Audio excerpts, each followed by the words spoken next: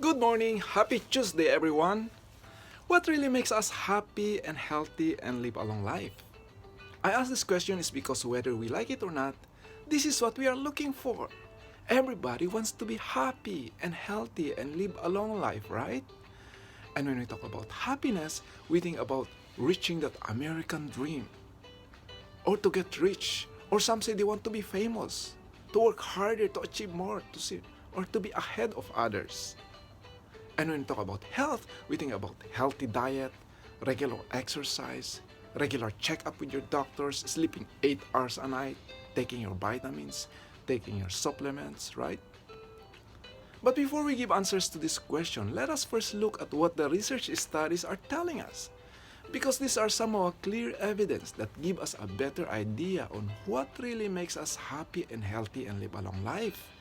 And I would like to share this very interesting study in Harvard about human development, where they follow the lives of 724 men from the time they were young up to their old age, and even about facing death. Through this dedicated generation of researchers, this study continues and lasted for about 8 years. And out of the 724 men, about 60 of them are still alive and still participating in the study. And now they're studying the more than 2,000 children of these men. This study started in 1938, where they tracked the lives of two groups of men. The first group are these boys from Boston's poorest neighborhood. These were the most troubled and most disadvantaged families in the United States in the 1930s.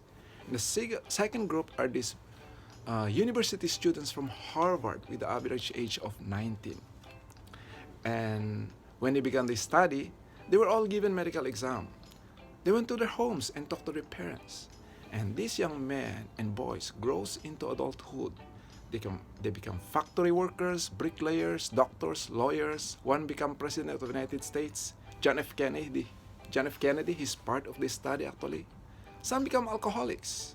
A few develop schizophrenia. And to get the clearest pictures of these lives, they don't just give them questionnaires. They get their medical records from their doctors. They draw their blood, they scan their brain. They interview them in their living room. They talk to their wives, they talk to their children. They even videotape them talking to their wives about their deepest concern. And what lessons they learn from this study? What lessons they get from these hundreds of thousands of pages of information from this man? Well, it's not about wealth, it's not about being famous, it's not about working harder or achieving more. According to Dr. Robert Waldinger, the fourth director of this study, he said that the clearest message they get is that good relationship keep us happier and healthier. Period. I'll repeat that. Good relationship keep us happier and healthier. And they learn three big lessons about the relationship. The first is that social connections are really good for us. Those who are socially connected to their friends, to their families, to their communities, are happier, physically healthier, and they live longer compared to those who are less connected. And that loneliness kills. Loneliness is toxic. Those who are lonely or more isolated than they want to be, turns out that they are less happy. Their health decline earlier in midlife. Their brain functioning declines sooner, and they live shorter lives. And speaking about loneliness, it doesn't need to be alone all the time. You can be lonely in a crowd, or you can be lonely in a marriage. So the second lesson they learn is that it's not about the number of friends you have, or whether you are in a committed relationship, but it's the quality of relationship that matters the most. And also, it's not about their cholesterol level in their midlife that determines how they're gonna grow old. According to Dr. Robert Waldinger, those who are most satisfied in their relationship at age 50 were the healthiest at age 80. I'll repeat that. Those who were most satisfied in their relationship at age 50 were the healthiest at age 80. And the third lesson they learn is that relationship doesn't only protect our bodies, it also protects our brains. Those who can count on to the other person, their memory stays sharper longer. And those who cannot count on to the other one experience earlier memory decline. And relationship doesn't need to be happy or smooth all the time. According to Dr. Robert Waldinger, those happy octogenarian couples, they also fight a lot. They also have a lot of argument. But that is not necessarily the problem. It's the absence of affection. It's the absence of security. It's the absence of human attachment that seem to be the most detrimental to their health and well-being. And I guess this is the answer to my question, right?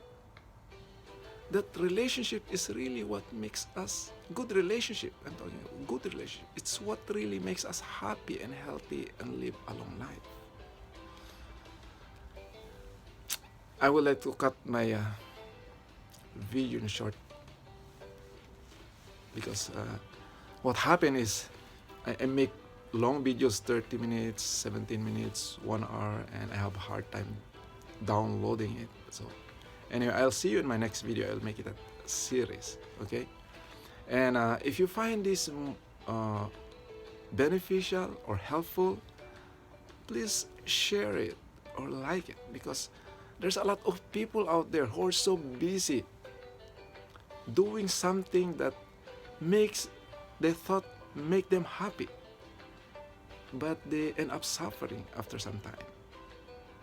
And I know many of you also agree with me, but also we are sometimes caught up with so many things, the trend, that we forgot what is important in life, what really matters. So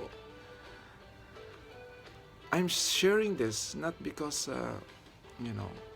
I'm in good relationship. I'm working on it, okay? And I would like you to join me in building a better world by making a better relationship to the people around us, especially to your loved ones. So I see you in my next video.